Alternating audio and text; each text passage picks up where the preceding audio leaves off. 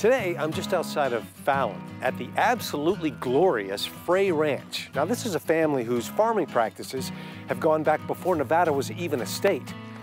And you ought to see what they're up to now.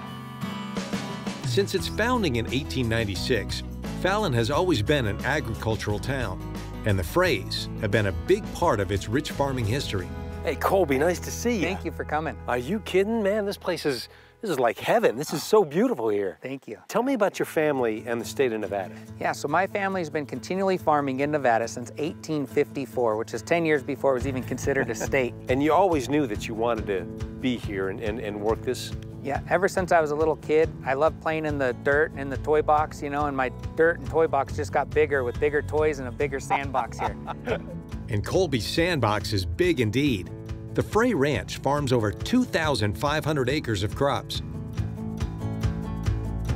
What is being grown here? What are you doing here?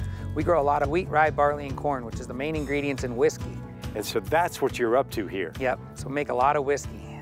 A lot of whiskey. You also make wine. You have grapes here as well, right? Yes. Before the distillery, we had the winery, and we were making all of the wine in the winery and watching all the grains that we were harvesting at the same time, going to the dairy next door and saying, why aren't we making something out of this? It's the perfect grain for whiskey, and we're in the perfect atmosphere and the perfect soil and everything else. So we got our distilling license in 2006, and we've been legally distilling in the state of Nevada since 2006. Colby, you and I think alike, man. You're my kind of guy. I want to take a closer look. Can we go in? Absolutely. Let's go. Forget farm to table. The Freys are operating a farm-to-bottle bourbon operation here.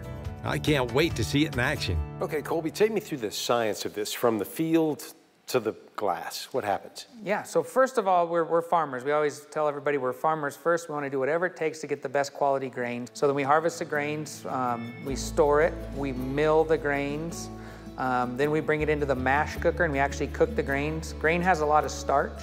And starch is a long sugar molecule. So by cooking the grains, we actually break the starch into fermentable sugars. Once the grains are ready, it's off to the still. But this is no hokey moonshine operation.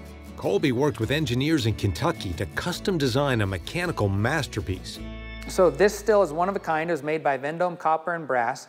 But what's neat about it is it's a continuous still and it's a pot still. What we can do with this is we can strip everything in the continuous still and then re-distill it in the pot still so that we get the best of both worlds. We can do a lot of quantity, but we can do good quality also. And to Colby, the science of distillation crosses over into the poetic.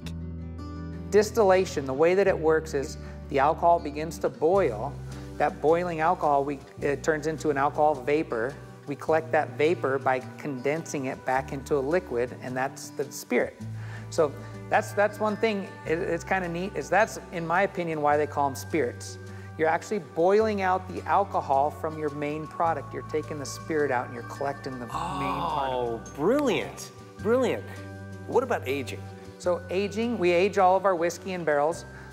Any clear alcohol is unaged, so we bottle it immediately. Any brown alcohol gets its color from the barrels. So whiskey is crystal clear until it goes in the barrels, and it gets its color and a lot of its flavor from the wood. A warehouse filled with whiskey? Now that sounds like a barrel of fun. You know, I thought outside was beautiful. I had no idea what was waiting for me in here. This is amazing. Doesn't it smell good too? Oh, that's just it. It smells so rich, so good.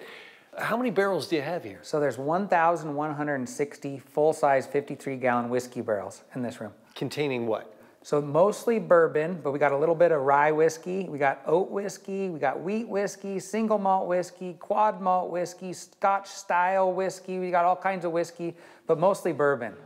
With its temperature extremes, the Nevada climate is perfect for the aging process, as the bourbon is constantly moving inside the barrels. And these are aging, that's what's happening here? Yep, so they're all aging right now, and what happens is these barrels are charred on the inside. And when they're charred, that creates carbon, and carbon acts as a natural filter. So what's happening is, as this whiskey's going through the seasons, it's expanding and contracting inside the barrel, pushing it through that charcoal and carbon layer, extracting the impurities, and then giving it the color and the flavor from the oak. That is fascinating. And in terms of the weather conditions in here, you like it going through the seasons, but also humidity is an issue. The only thing that we add in here is humidity, because we want that wood to stay swollen up. If we don't, it could dry out, and then that's called the angel share, is what evaporates out of the wood. Tell me more about the requirements of something being a bourbon. There's a few benchmarks. There's 5 requirements for bourbon. The biggest one is it has to be 51% or more corn. It has to be distilled to no more than 160 proof. Has to be put in the barrel at no more than 125 proof. Has to be put in a new American oak barrel. The only other one is it has to be made in the United States. So bourbon really is the quintessential American liquor. And the Frey's bourbon isn't just American-made, it's Nevadan-made. Here's to you, brother. Cheers. That is perfect. Thank you. I have to tell you something. With your spirit, your entrepreneurial spirit, you obviously care about the people that work here. You obviously care about your family. You care about your product. You're making Nevada proud, and I really appreciate you taking me around today. I appreciate it. Thank you for coming. I really appreciate you. You got it.